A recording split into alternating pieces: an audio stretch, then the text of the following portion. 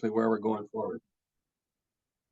So as suggested, my program is all about applied cow-calf and forage research. And so we work very closely with producers, not only in Saskatchewan, but across the country, and looking for projects or ideas or long-term investigations to try and mitigate the challenges of environment or the opportunities to make sure that those animals are out there utilizing forages and getting pregnant and making money for the producer. And so it's been a variety of different areas over the last 30 years or so, and certainly we'll talk a little bit about some of the areas that we've explored and some of the outcomes from those different research projects. As suggested quite a while ago, we started out in Lanigan, Saskatchewan with a facility called Western Beef Development Center. And it was an applied facility, 12 quarters of land, 400 cow-calf herd. So our lab was basically land, animals, and resources. And so obviously things change. And in 2018, with the government, the university, and the beef industry, we moved to a new location closer to the university campus. Lanigan's about an hour and a half east of Saskatoon, and now we're 20 minutes off campus. And so more convenient to go out and do our program, as well as maybe student training and holding labs and the like. The neat thing about the land at Clavet is that it had never seen a four-legged ruminant. And so it had that long canola snow rotation. And so what a great opportunity to do some work integrating the beef animal and looking at nutrient cycling and the benefits of annual and perennial forages, and all those interfaces. And so kind of a neat thing to be part of in my career was the designing and planning of that facility at Clavet, which really has tremendous potential. So yeah, as I suggested, we've looked at lots of areas related to the beef industry, related to the forage industry, and all of these management practices such as breeding and calving and weaning, and obviously trying to integrate forages throughout the calendar year is a big part. But we've also teamed up with lots of other researchers and scientists over the years. And so I always say the reason our program is impactful is because of the collaboration. And certainly that animal, plant, soil, water interface is so crucial to understand, to look at ways of utilizing all of those interfaces and making sure those producers are doing things correct, which they are for sure. And certainly looking at, a lot of these conversations we see today about soil health, carbon sequestration, the challenges of environment. We don't look at 30-year long-term averages for weather patterns. We're really looking back only 10-year weather patterns and trying to grow sufficient fiber or feed to feed our herds, and come away with some good data to show the benefits of the beef industry and the interaction with the environment. What's really interesting is that every year beef cattle producers struggle with feed prices. They're trying to source fiber. They're trying to find enough to put in their yard or out in their fields to overwinter their animals, whether it's heifers or stocker cattle or their breeding cows or their bull battery. And the variance in price of feed is challenging every year. And last year was very high prices, $300 a bale for hay and $100 a bale for straw. And so with a lot of our ranchers and producers dealing with going on 4 years of drought situations, they've had a real challenge in trying to find fiber and bring it back to their farm and their operation. And unfortunately, the 23-24 year, we see high feed prices, right? But what's also unusual, and this is just the 20-year run of 550 weight steers, what they're getting when they take them to the sale barn. And so that's really what their commodity they're using to service their debt, right? Is the pounds of calf weaned. That's their paycheck. And you see in all those years the variability of the price of calves. And so what's really interesting is this March of 2024, we're seeing $4 calves, which is really great. And finally, that the cow-calf producer, the primary producer, is being compensated. Long overdue. But with those high feed prices, that's the other challenge we need to think about. What's also unusual is that, we have our sectors in our industry. We have cow-calf, background feedlot, and then packing plant. But now I'm talking to the feedlot owner here in Saskatchewan, Poundmaker Egg Ventures, and he's placing those $2,000, $3,000 calves, and they can see a profit on those calves. Why? Because feed ingredients are moving. In fact, cereal prices are dropping. And so, we're seeing good prices for our cow-calf guys, but we're also seeing the partnership with the feedlot sector. They can see some profit too at the end of the day. All right, so as I said, a lot of our work started out many years ago looking at production efficiencies, but I would suggest that probably in the last 5 or 8 years, we've been looking at more environmental impact of the industry and trying to come up with some good data, some actual data, field data, research data versus, and then maybe work with the modelers and say, okay, these are the benefits of integrating that livestock with a cropping system. The other part of the conversation is obviously the economics. And so the work we do, we always try to put a price tag on our studies, but I also caution individuals when they listen to, we talk about cost, it's always dealing with where we did that particular study, the location, the soil zone, the year we did it, and those are our costs, okay, to do that particular study. I always suggest to the producer audience, what are your costs? Do you know your cost of production, and how can you compare what we found where we did our work compared to where you a farmer ranch? There's been lots of surveys with the industry over the years, okay? And so one of those was looking at the adoption of extensive winter grazing systems. And we see that there's a variety of systems that are out there that producers can use versus dry lot feeding or feeding that animal in a dry lot system. And you see them all there on the bottom. And so we see integrating of these different systems as paramount the last decade or more. We've found that, yes, the cow can walk out to the field and utilize those forages. And we also find that a lot of producers have 2 or 3 of these systems in their back pocket. They're not going to put all their eggs in one basket, that they know that the weather is challenging. We have sub-zero days. We have warm freeze-thaw situations, right? So sometimes we need to have 2 or 3 to spread the risk, to make sure that we can extend the grazing season and always have those forages in those different extensive grazing systems. Obviously, when we're moving the animal out of that barn, out to that nutrient deficient acre of land, that's what you want to see, right? You want to see the benefits of manure deposition. We heard previous speaker talking about some of the challenges with that, trying not to have loading issues, but certainly you want to go out there. Where's your nutrient deficient acre of land on your farm or your ranch? Where do I want to set up that winter system and take advantage of the N and P coming out the back door? Only about 10% of the N is retained from the diet ingredients in that ruminant animal, and only about 20% of the P. So we know that, and then can we do it in a balanced approach to benefit that crop or that pasture land going forward? Obviously, Mother Nature doesn't work with you, and this is what you will see. We just had what you call snowmageddon here back a couple of weeks, 3 weeks ago, and guys were calving in that mess, okay? And this is just some work we did many years ago. We were trying to background some stalker calves out on fall rye, and we had 2 freezing rains and a snowstorm, and the animals just could not prehend the feed, okay? So we had to bring them back, have that plan B in our back pocket, and that's bringing them back to the yard, putting them in a dry lot pen and feeding them around bells. So you know what? We came out in the spring and we utilized that particular field the following spring, so all was not wasted.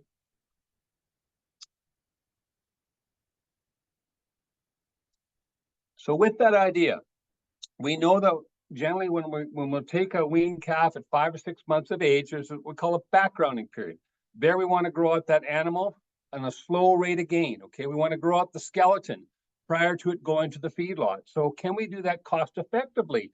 We know the high cost of dry lot backgrounding programs. Can we do it out in a field? And so that we explored a multi-year study, myself, Dr. John McKinnon, utilizing a cool season and a warm season swathed windrow crop compared to your traditional dry lot system where calves are getting a processed feed in a bunk using equipment. This was a multi-year study, as I said, a 3-year study. Each year we had 2 extensive field systems. One was grazing barley in a windrow system. The other was grazing millet, a warm season in a windrow system compared to that dry lot processed grass legume diet. We allocated our forage every 3 days out in the field, but obviously we have 5-weight calves or wean calves that need to grow at specific targeted gain, about that 2 pounds a day. They needed that extra little supplement pellet given at about 5 pounds per head per day.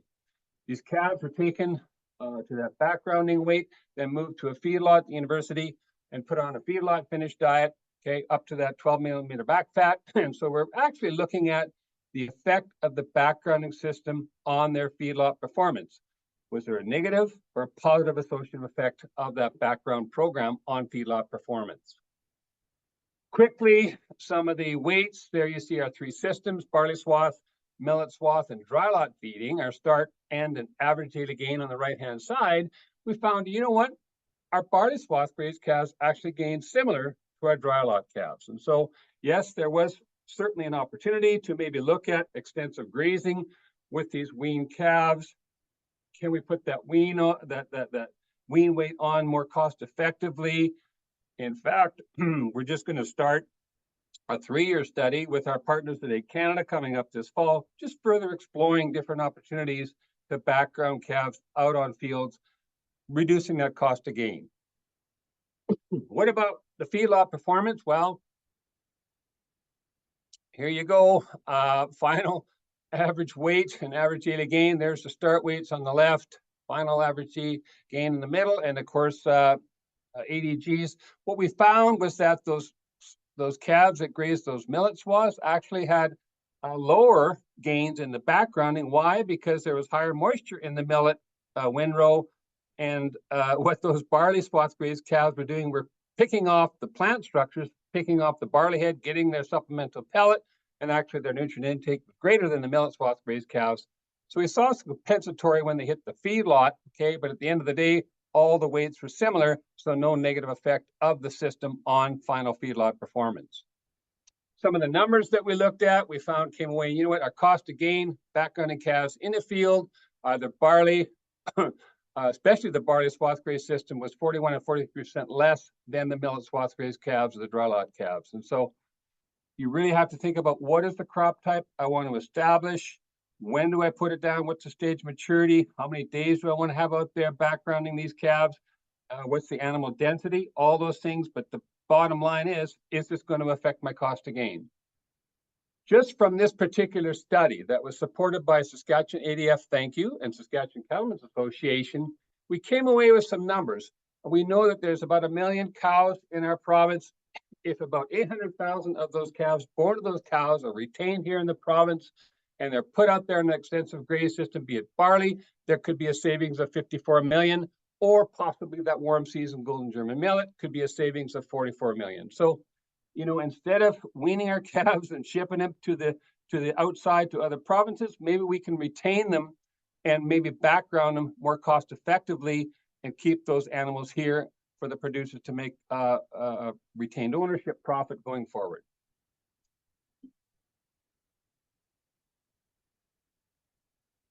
All right, what about residues? And you know, we're seeing more and more today that we're trying to integrate the cropping folks with the livestock folks, and so trying to show the benefits of manure nutrient cycling, of utilizing, you know, co-products from cash crops. With the last 4 years of drought, we've had lots of challenges. We've seen grazing lots of salvage crops. We have cows out there grazing salvage canola fields, lentils, different pulse crops, right? And so the ruminant animal can utilize a lot of these going forward. And so there is that savings in that particular perspective. Well, we're looking at, okay, can we capture that straw and that chaff? And can we use it as an extensive grazing system?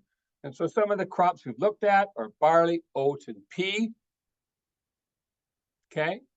And we look at what is the feed value of that residue. There you can see that line. And that's what that pregnant cow needs for protein requirements mid-gestation. So she's a 9-month pregnancy. So we're talking now, you know, the second trimester pregnancy. She needs that value of about 7% protein.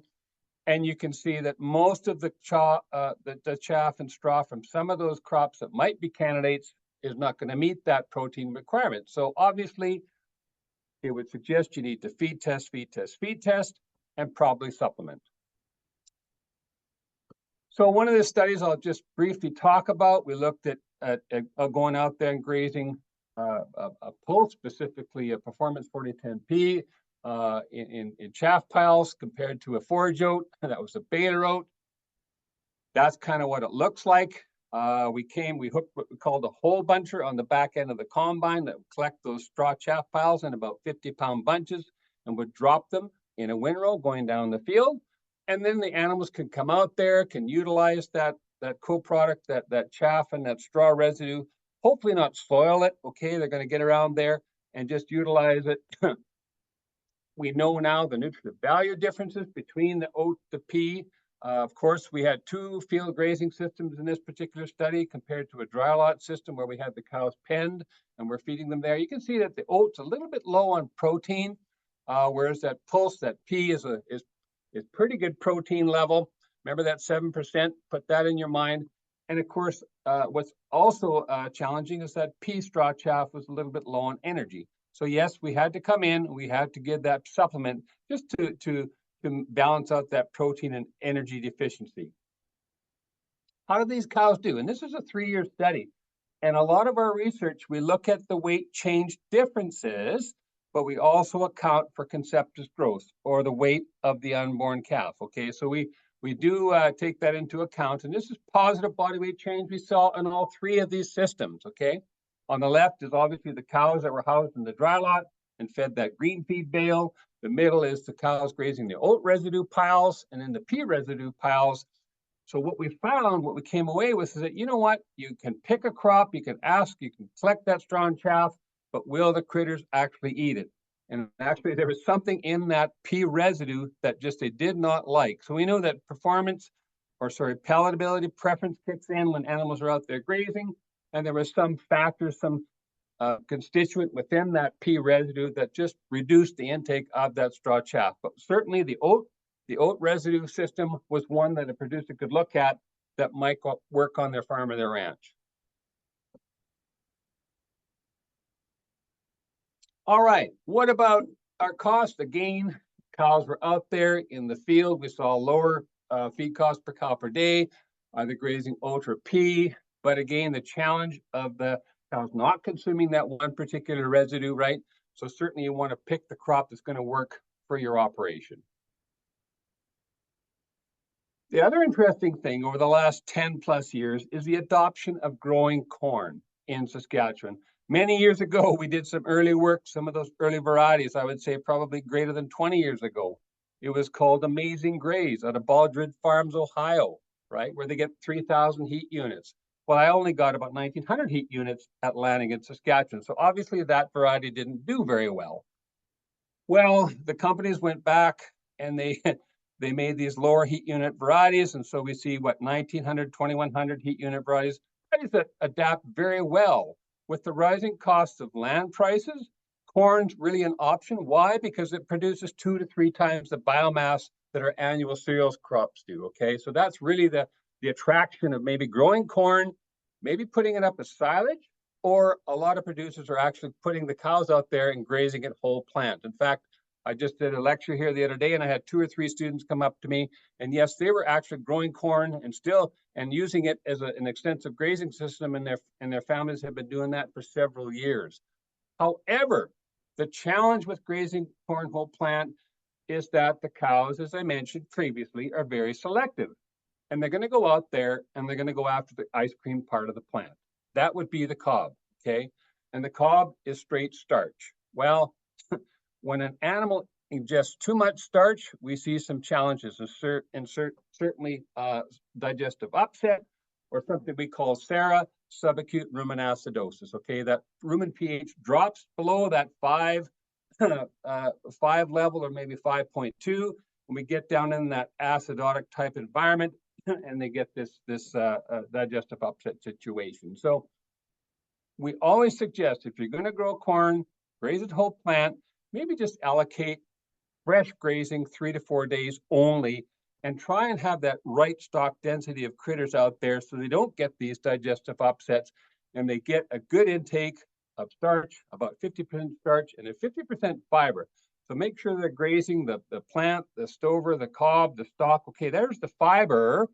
The cob is certainly the starch part of it. So yeah, a balance of 50-50 starch and 50% fiber is what I'm suggesting. As well, maybe adapt them, okay? Don't just put them out there hungry. Maybe a little bit of fiber too, right? So some old hay for a fiber source to try and mitigate that rumen drop of pH. This is some of the work we did quite a while ago, but just using cannulated cows. And so that's cows where we look and put a little plug on their left side, and we can go in there and we can look at the rumen. And so what we're doing there is we're putting these indwelling pH meters in there. So we're looking at cows, cannulated cows with the intact cows going out there, either grazing whole plant corn, barley swath grazing, or being fed those green feed bales back in the dry lot. We're looking at, obviously, the challenges of rumen pH fluctuations. And you know what we found? We came away that in the first year, looking at rumen pH, which is really interesting in these cannulated cows, the first year the culprit was the swath graze program, but in the second year, it was the corn where we saw pH levels greater area of that less than 5.8, which would be suggestive of subacute rumen acidosis. And then again, we always suggest 3 to 4 days of fresh grazing, but we see a lot of producers turning their cows out there. They probably get 10 days of grazing or greater. We get the phone call from the veterinarian. You know, here's a producer. They have a train wreck. Several cows are down, a bunch of burned out rumens. Well, they obviously didn't use electric fence in a designed allocation of fresh grazing. So we went ahead and said, okay, we probably need to do some more work on this. We had a 2x2 factorial where we had 3 days of fresh grazing versus 9 days of fresh grazing with or without a fiber source. And we're looking at, okay, which one came away, which would have the minimal impact on lowering that rumen pH level. This is some of Brianna Anderson's work, okay? And so does providing fewer or greater days of grazing impact rumen pH, or maybe providing that fiber source out there as well? What were our findings? Well, you can see on the left, the one where we actually had 9 days of grazing with that fiber supplement, a lower level of duration where that pH was less than 5.8 compared to the 9-day where there was no fiber involved, okay? So we're always suggesting if you're very concerned about grazing whole plant corn and you want to give them more than 4 days of fresh grazing, probably put out that fiber source to mitigate that SARA situation that might arise.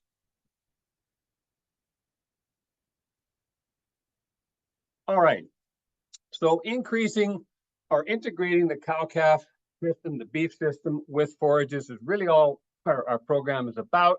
How can we use more forages quicker, longer, sooner throughout the calendar year? An example of some of these forages that we're evaluating right now: teff grass, a C4, an annual, but a drought-tolerant type species, okay? So we're just starting into the second year, looking at how does it produce biomass in these years where we're seeing 3 inches of rain when we should be seeing 10 to 12 inches of rain. Another one is chicory. Obviously, a forage that's a perennial, but it's acting like an annual for us at Clavet, Saskatchewan. We're having challenges in getting it to overwinter. But the neat thing about chicory is the suggestive anthelmintic effects. The potential is it might reduce worm burden in grazing animals, be it sheep or beef cattle. So we have a student looking at that, both 2 sites, one at Clavet and one at Swift Current, Saskatchewan. This is just an example of the many different perennials on the left and the annual forages on the right that we've explored in a program over the years. I always suggest, you know what? Don't just put all your eggs in one basket and great wheatgrass. Maybe have a blend of perennials and annual forages just to extend that grazing season. And each one of these varieties has a benefit or an opportunity to do that, to provide adequate biomass and adequate quality forage for your animals, be it that breeding cow, that replacement heifer, that breeding bull, or maybe that stocker animal. Here's the other one, you know, and we hear a lot about the impact of the beef industry on the environment. And I really do believe that legumes are the answer to our problems going forward. Why? Because they fix nitrogen, BNF, biological nitrogen fixation. So that atmosphere is 80% N, why not integrate legumes in your crop rotations when you're either growing cash crops or maybe you're trying to grow feed for your beef herd. Here's the other conversation we're hearing. The impact of the methane that's coming out of that ruminant animal. We know that ruminants can utilize low quality, high fiber feedstuffs, okay? And there is a lot of gas produced in that fermentation process, specifically methane, CO2, O2, hydrogen sulfide. But what happens is that yes, that gas is eructated or burped off on a daily basis. It goes up in the atmosphere, and you can see through phytochemical oxidation is converted from CH4 back to CO2, which goes back and taken up by the plants through photosynthesis capacity, a recycling system, okay? That, my friends, is not what's happening to that carbon that's being emitted from burning fossil fuels. And so we need to realize that, that methane coming out of our ruminant animals is recycled back. And it's a process happens every 8 to 10 years. Something to think about. Well, obviously, we got in the game of trying to measure methane or measure greenhouse gas emissions from animals out in different systems. There's a couple of techniques that we use to measure CH4 and CO2 levels. The first is called the SF6 or sulfohexafluoride technique. Here we have a pretty good crew. We put this funny little yoke on them, about a 1 liter negative pressure yoke. There's about a 3 or 4 day adaptation period where they tolerate it after a while. And we'll go out there and we'll do this over a 5 or 6 day period, switching off this yoke and capturing those nasal vapors you can see through that halter harness. And we'll have an estimate of the level of methane when those animals are grazing different pasture types. That's an older technique, the SF6 technique. This is a newer technique. It's called the green feeder system, where we put these out in the field, less invasive, less intrusive, okay? And we can lure the animals to that trailer with a little pellet treat. And so they get pretty good at hearing that pellet drop. They go in there, they're consuming that pellet, and they only have to have their head in that chamber for about a 2 or 3 minute window, and we can capture those greenhouse gas emissions in real time with this green feeder technique. The difference is this is a more expensive technique, and they're US equipment, so obviously more expensive than the SF6 technique. All right. I've been involved with a really neat long-term study here at Clavet. We were able to get out there in 2018 and establish this particular study. And really, we were just evaluating annual forage systems to perennial forage systems. Our two perennial forage systems were hybrid brome grass alfalfa. Hybrid brome's that dual-purpose species with that alfalfa. There's your legume. The other perennial was metabrome grass, probably the best pasture grass, in my opinion, to a non-bloat legume that would be sandpoint. Our two annual forages were fall rye and clover, okay? So again, there's that post crop, or sorry, that legume, that berseem or crimson clover, and then we had a very simple what we call polycrop or cover crop, a barley, pea, and brassica. We measured lots of different parameters with this particular study. There's a whole team of soil scientists, economists, engineers, soil microbiologists, you name it, out here measuring all these different parameters like yield, quality, animal performance, moisture under these different grazing systems following the weather patterns, soil characterization, emissions, microbial communities, and certainly economics. What were the species that we had integrated? Well, obviously I mentioned alfalfa and sandpoint. Now, I would suggest that there's been more money lost in the industry by the fear of grazing straight alfalfa or the fear of bloat than producers actually putting it into their crop rotation. If they don't feel comfortable putting alfalfa, then obviously sandpoint, which is a tannin-containing legume, into that system, a non-bloating legume. The annual forage that we looked at was frosty berseem clover. So that was really a trial where we're trying to get these annual clovers growing and producing biomass in that kind of that east central Clavet region, where certainly we're under dryland conditions and certainly moisture was limiting. What were the grass species? There's that hybrid brome grass. there's the meadow brome grass, and there's that hazelet fall rye. And in my opinion, I get a lot of producers asking, what's the best annual forage? I would suggest I would always migrate back to that fall rye versus winter triticale or winter wheat. There's our simple polycrop, okay, our barley, pea, and brassica. And we'll talk a little bit more about polycrops here in a minute. This is the long-term multi-year biomass, okay? How do these four systems produce? Obviously, it looks like the hybrid alfalfa did pretty good over that long term for producing biomass for grazing. Our simple polycrop came in second. And you know what's interesting is the fall rye clover didn't produce as much yield, but very high quality feed when the animals were out there. There's our nutritive value, pretty good protein level, pretty reasonably low ND and ADF, okay, and pretty good energy levels. So quality forage for these backgrounding steers to gain. There's another example of putting steers out there and utilizing either annual or perennial forages for a backgrounding program. Here's the 5-year average of how these stocker cattle performed, ranging from 1.3 to 2.2 pounds a day, okay? And that's a 5-year long-term average daily gain, which is pretty rare data when most of our studies are only 2 or 3 years in length.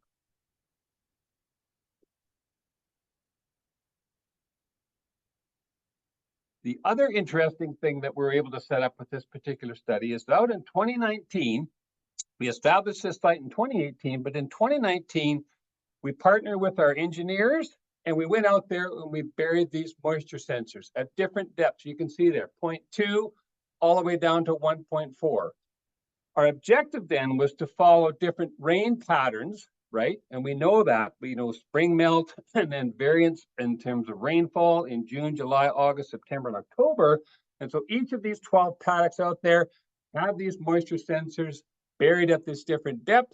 Everything went back to a master panel here, and we came away. This is really novel data because we're still actually sieving through the data, trying to come away with some solid implications. So briefly, we're trying to look at what is the difference between managing annual forage or a perennial forage in kind of drought-like conditions that we've experienced at Clavette.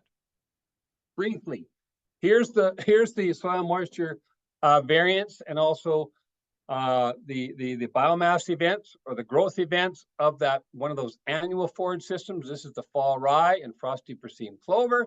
And here you can see how far did that moisture go down to about a 0.4 depth. And it was actually correlated with those yield growths or those yield spurts of the annual forage. Here's the perennial event, hybrid, one of the perennial treatments, okay, hybrid brome grass alfalfa. We found there that, you know what, that moisture, those rainfall events actually went deeper down into the soil, okay? Why? Maybe because of rooting structures, fibrous versus tough, okay? So as I said, we have a mountain of data. We're still sieving through it to come away with some solid implications because we know drought's just around the corner. So which one of these systems might a producer adopt on their farm or their ranch to try and provide adequate biomass in limited rainfall years?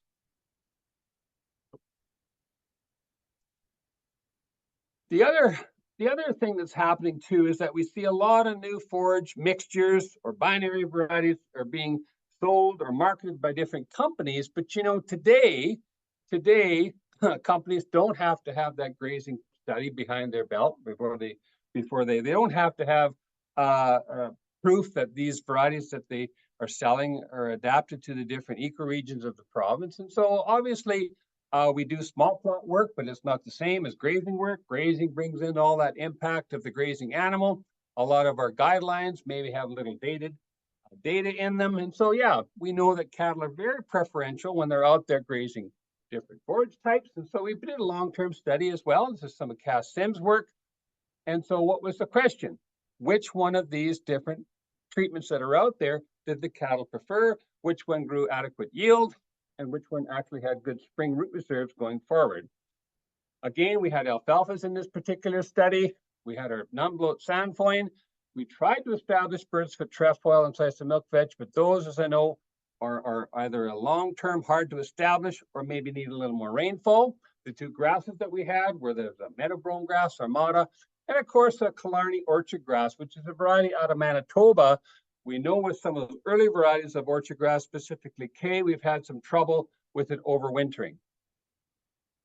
We set out this study. There we have 3 13-acre paddocks, okay?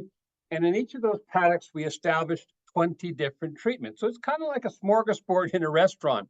We seeded these strips, and then we say, okay, which ones produce the best yield, have the best quality, maybe had the best spring root reserves, and which ones did the cattle actually prefer to graze? Unfortunately, as I suggested, our birds for trefoil and sisal milk vetch didn't fail to establish, so we were down to 14 different treatments. What do we collect? We collect yield, we collect quality, and we also collect etiolated growth, which is a good indicator of root reserves. Okay, that's really, etiolated growth is just growth without sunlight. The other interesting thing is we did some preference work. And so we used some technology, drone technology, some UAV technology to go out there and just take pictures of the animals grazing early in the morning or late in the evening, okay? And where were they actually grazing? Which strips, which treatments were they on most of the time? We also went and did some visual observation work for preference work. We had 2 techniques gathering this preference data. There you can see it was a 7-day grazing period, 2 hours in the morning and 2 hours in the evening. What about biomass? Well, you go back to some of Coleman's work, and he would suggest that you need about 2,000 kilo per hectare or about a ton of something per acre to provide adequate grazing in a pasture system. And so which one of our 14 treatments measured up? You can see it was those monoculture alfalfas produced the most. We were dealing in drought-like conditions here, folks. Okay, so we're dealing with only about 3 or 4 inches of rain spread out over that vast growing season when we should be getting that 10 or 12 inches of rain. There's some of those binary mixtures. They tried to reach that 2,000, didn't quite make it. But what was also disappointing is our orchard grass didn't measure up as much as I wanted it to, that early or that more hardy variety of Killarney versus that K. What's here's interesting is the etiolated growth. Which ones of these treatments produced enough etiolated growth in the spring? We saw that 38% of the growth occurred in the first 2 weeks when temperatures warmed up, 99% within the 56-day period. And it was one of those alfalfa varieties that actually produced the greatest etiolated growth. And there was that metabrome grass. Okay, it came out the winner. That's why I suggest it's probably the best pasture grass. It has a really good regrowth potential after a graze event. And as you can see, overwinters quite well, along with that alfalfa, to provide good growth the following year after a grazing. Now, which ones did the animals like? There you go. We saw most of the animals going after those alfalfa strips where there was adequate biomass, and the least number of animals were on that orchard growth, those orchard grass strips. Okay, so the animals were going out there and saying, you know what, I'm going towards where there's biomass, I'm going towards the leaf, where there's high quality feed, and certainly it was the legumes compared to that orchard grass that came out the winner. So we do see differences in grazing preference related to forage yield, quality, and the alfalfas came out most preferred, and there was a high correlation with yield with these alfalfas and protein and lower fiber. Unfortunately, our Killarney orchard grass was the least preferred and lowest yielding. All right, let's talk a little bit about cover crops or polycrops. We're seeing a lot of buzzwords about these. What are we talking about? We're talking about mixtures, okay? And there's 4 functional groups in these mixtures. There's the annual legumes, gain. You can see there's the vetches and the clovers. There's the cool seasons, the Italian ryegrass, the warm season sorghums or millets. And then there's the brassicas, okay? So we'll see a turnip, we'll see a radish. There's also a suggestion that you put these mixtures down, but you possibly also add a pulse and or a cereal. So there's lots of claims with these, and so some of the claims are suggesting that they're improving soil health, okay, reducing salinity issues, and obviously altering soil structure or soil aggregate. Now, some of the work we've done, yes, okay, we found that in areas of lower soil organic carbon, we are seeing some increases in soil organic carbon, but I really believe that these polycrops, these cover crops, are beneficial is because of below ground rooting biomass. We see a diversity of rooting types, so fibrous versus taps, okay, compared to say a monoculture barley, which would be straight fibrous rooting system. We're continuing to do some cover crop work. This is some of Shelby's work here at the university. She's looking at a straight monoculture oat compared to a simple 4 species compared to an 8 species complex, and then capturing yield, quality, cow performance economics, soil characterization, and of course, enteric emissions. We're partnering with our friends at Ag Canada, and we've set out these eddy covariance flux towers out there. They're trying to measure gas fluxes out in the field and correlate that gas finding data with what we're finding from our green feeders, where you can see the cows are in there consuming that pellet treat. Okay, briefly, what did some of the work or some of the data look like? This is the biomass on the top. So under these dry conditions, we got pretty good yield of these of mono or simple or complex treatments. Okay, about 2 tons to the acre. Pretty good quality too. Pretty high protein, pretty low fiber. So yeah, pretty good forage for cows in first and second trimester of pregnancy, overwintering in an extensive grazing system. Body weight change, all positive. Okay, this is briefly 2 years of data from Shelby's work. And again, as I said, we're measuring those emissions, and we're seeing lower emissions on that oat monoculture compared to the simple or the complex polycrop mixture.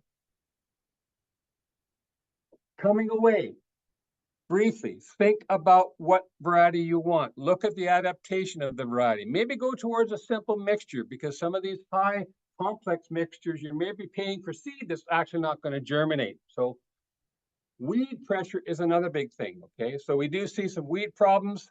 We have grass seeds and broadleaves in these mixtures, and so there is a challenge in trying to reduce weed pressure. I really believe they'll fit in that summer slump window, that August, September, October, November time period, where we're just trying to provide some quality forage for our cows through weaning and maybe through turnout. Okay, and as I said, we did see some opportunity to improve some soil characterization, specifically soil organic carbon. Let's just back up and talk a little bit about some of these indicators, or these KPIs we call them. These are just some of the benchmarks that we suggest for producers. Growth.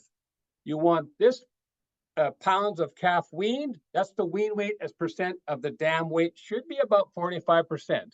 We want to have those lower open rates, less than 5% opens at preg check time in the fall after a 63-day breeding season. The length of your calving season should be about that 60 to 80-day period, and we want to reduce that death loss. What we found, especially last fall, we've had higher than average open rates in our herds. As we suggest, at 5%, no, it was more like 20, 30% open. So what we're thinking is that we're dealing with these multi-years of drought. In fact, these cows are cycling during drought, they're conceiving during drought, the calves are being born during drought, right? And so it's just stretching all those things out. Specifically, they're reaching pubertal age later, and they're getting rebred later. So drought is really impacting our beef herds, specifically in this province, in those areas that have not received adequate rainfall. Here's another one, reproduction, right? It really is the most important parameter to follow. It's 5 times more important than growth and 10 times more important than carcass quality. This is just some of Dr. Waldner's work across the street here, just showing that the probability of being non-pregnant is greater in those younger cows compared to some of those older cows.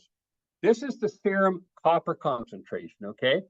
And so we're finding that, you know, once that cow gets to that second or third or fourth or fifth calf, maybe it's more adapted to those the situations where maybe mineral nutrition was a little bit more deficient, but they're still able to get pregnant. But in some of those replacement animals, they wind up being open, especially in that first or second breeding season. Water. Water's been a challenge too in these drought years, right? We know the importance of water. We get it from surface water, or we get it from well water, and there's some anti-quality factors associated with that, specifically high sulfur levels and high molybdenum levels in the forage form these thiomolybdates and may tie up that copper. Copper is a fertility mineral. Copper, zinc, and manganese. Those are the 3 important ones, okay?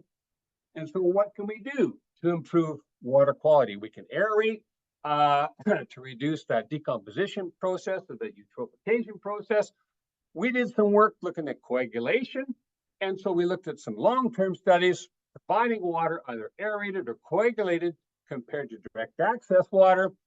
What did we find? We found that when we treated that water, either with aeration or coagulation, we saw about 11% greater performance in those grass or cattle out there over a 5-year period. How do I feed those minerals? That's really the question, right? So a lot of it's just trace, free choice, granular. A lot of herds, that's kind of the only system that they use. You can force feed it through a pellet or a bolus. Well, we looked at some work with Carissa Wilcox's work, looking at maybe is injectable mineral maybe a better alternative. So we had a multi-year study again, a 3-year study, 2 treatments for feeding a trace mineral free choice inorganic granular, or that granular plus the injectable multi-min. This was given 2 times, either 4 weeks pre-calf or 4 weeks pre-breed.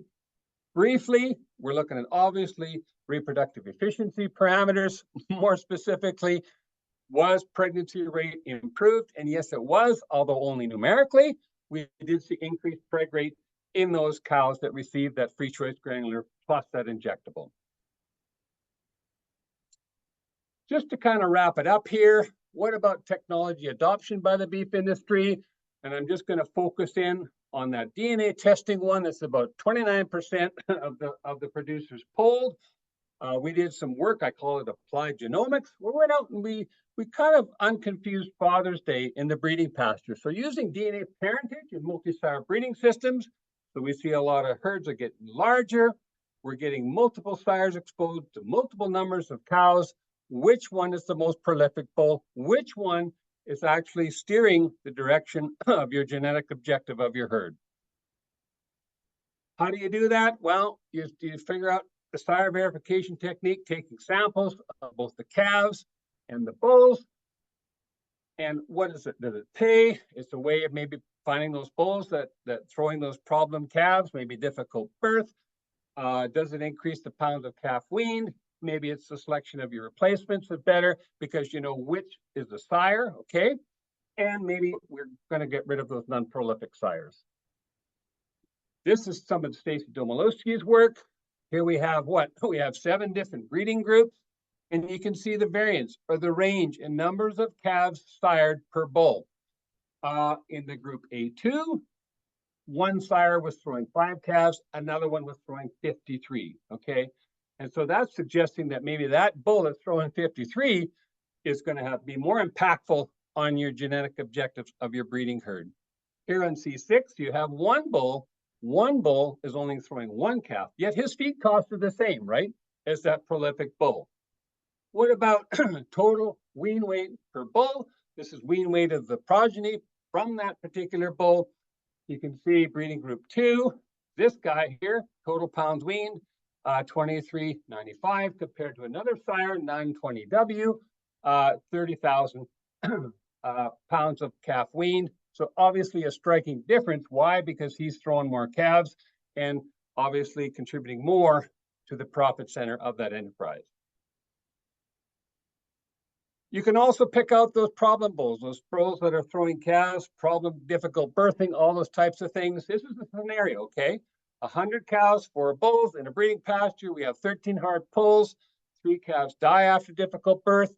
If you test just the calves from dystocia, that's 13 times $12 a head, $156. You test all the possible sires, there's another $48. The cost of the lost calves, and this is some dated data, obviously only $1.80 per pound, would be $28.12. Well, the cost of the test would be $204 compared to the cost of the lost calves, okay? So you're just trying to justify, can I justify going out there and DNA parenting all my sires, only a portion of the calves, maybe the calves that are born in the first 3 weeks, just to say, okay, in which one of my sires is the most prolific, and hopefully get that turnaround time from the lab so I can make those decisions on culling practices. To wrap it up, considerations. You know, we started out many years ago. We were looking at performance indicators. It continues to evolve. I team up with as many experts as I can in the field. Collaboration is key in my particular program. We're looking at obviously a lot of environmental factors. We're involved with Living Lab, which is a federal program, other different programs, just to try to integrate BMPs on farms and ranches to improve the interaction between the animal, the soil, and the plant interface. Thank you for your time, and look forward to comments and conversation. Thank you. Thank you, Dr. Lardner. That was excellent. It's great to see all the money that's being put into beef research in Western Canada at the U of S. We do have a few questions that have come through.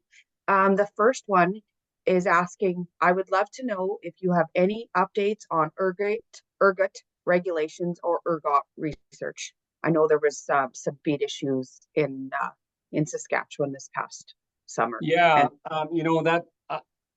personally, myself, we were not doing that. That's Dr. Gabriel Ribeiro, my colleague here in the department. He would be the person I would contact with the updates, specifically on tolerance levels of ergot. The one thing I will comment about ergot issues, it's going to be a bigger issue going forward, or mycotoxin and ergot issues. Why? Because, where are these ergot bodies housed? Basically, it's in those grasses that are growing in the ditch of every grid road in the province. And so they're there, they're going to move into your cash crop over time. And some crops are more susceptible to that than others. But certainly feel free to get a hold of Dr. Gabe Ribeiro here in our department. He's done some work in this particular area. Perfect. The other question we had come in was, have you seen any site on or off your farm where the Killarney orchard grass has worked? Well, you know what? Yes, I have, and I have some Manitoba producers that have it on their operation. Unfortunately, as I said, we were under pretty dry conditions when we did that preference test. Okay, so, but yeah, if you can get pretty good rainfall and get it to overwinter, I still am if I get asked which variety, I would suggest Killarney. Orchard grass is a really palatable, high quality. It needs a little more rainfall than other species, okay? And so, unfortunately, in the years that we tested it, rainfall was limiting. And so that's why it didn't do well on our site there at Clavet. Dave, I hope that answered your question on the Killarney orchard grass. We have a question that come in from Sherry. Many corn growers plant continuous corn on corn. Could you address some of the problems due to this practice?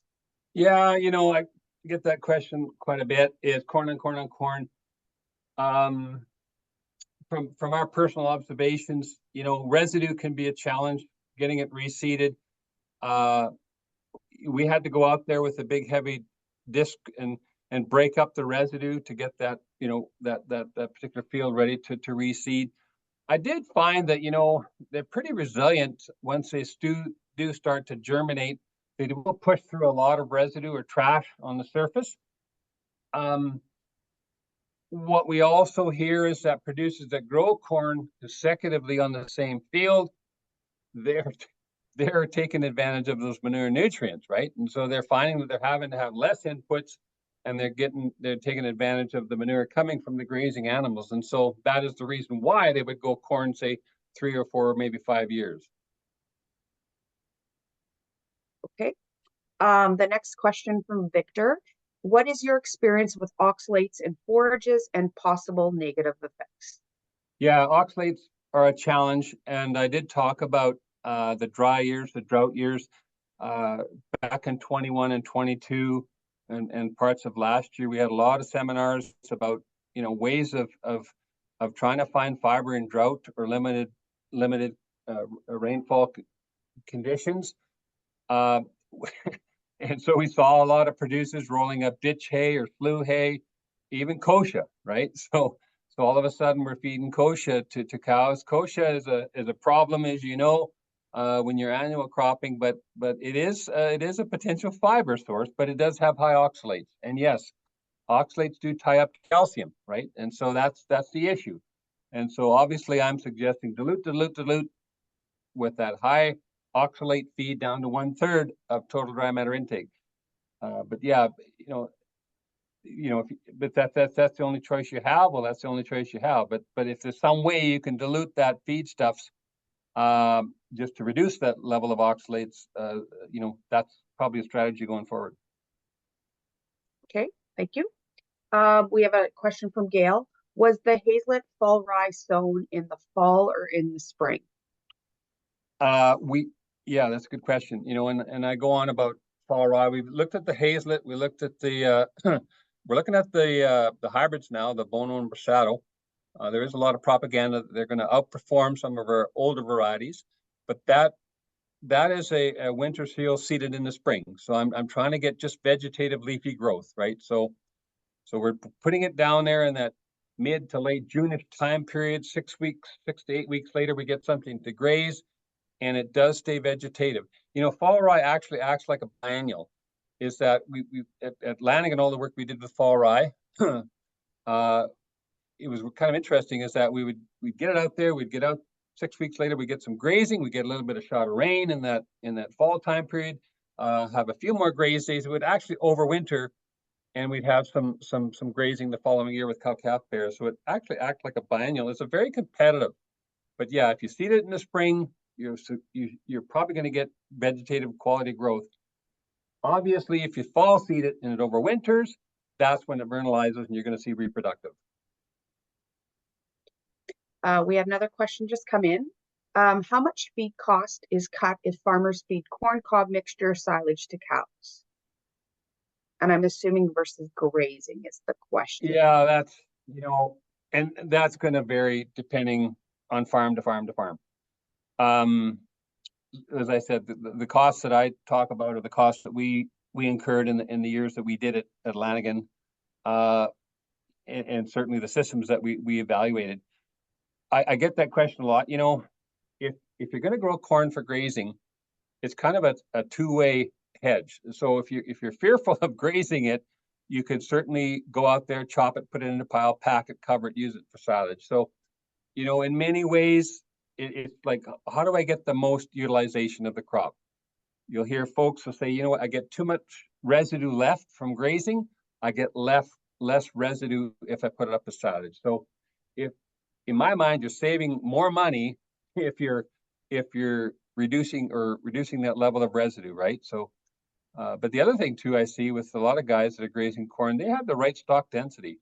The animals will go out there and there's not a lot of residue left, maybe only about 5 to 10% of residue left after those cows go through that field of grazing. So if you could reduce the amount of residue, then you probably have a system that's going to be more cost effective.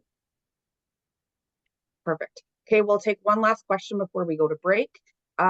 This one's from Kathleen. Do those carbon trading corporations take into consideration the historic background enteric emissions and subtract that from the total emissions from livestock production to get a true value rather than a distorted value of CO2 equivalent emissions? Yeah, and that's a great question, and one that we're always trying to address.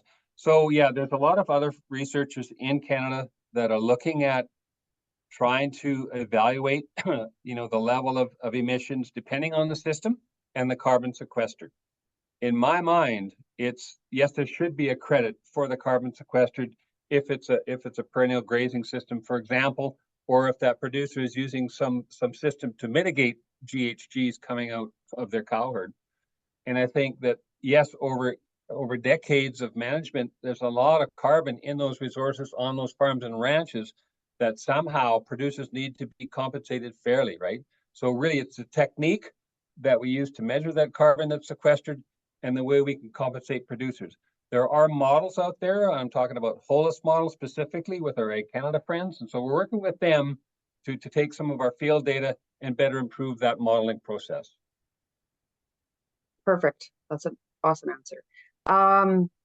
She said she wants a correction. I was actually meaning the historic enteric reduction to account for the emissions from bison ridge.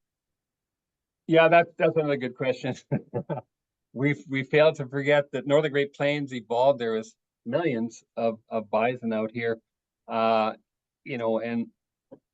I think when during COVID, during lockdown, we saw emissions reduced, but the same number of animals in each of our provinces, right? So it's sad to say, but the commercial beef cow is the keystone species of the Northern Great Plains in 2024 versus the bison.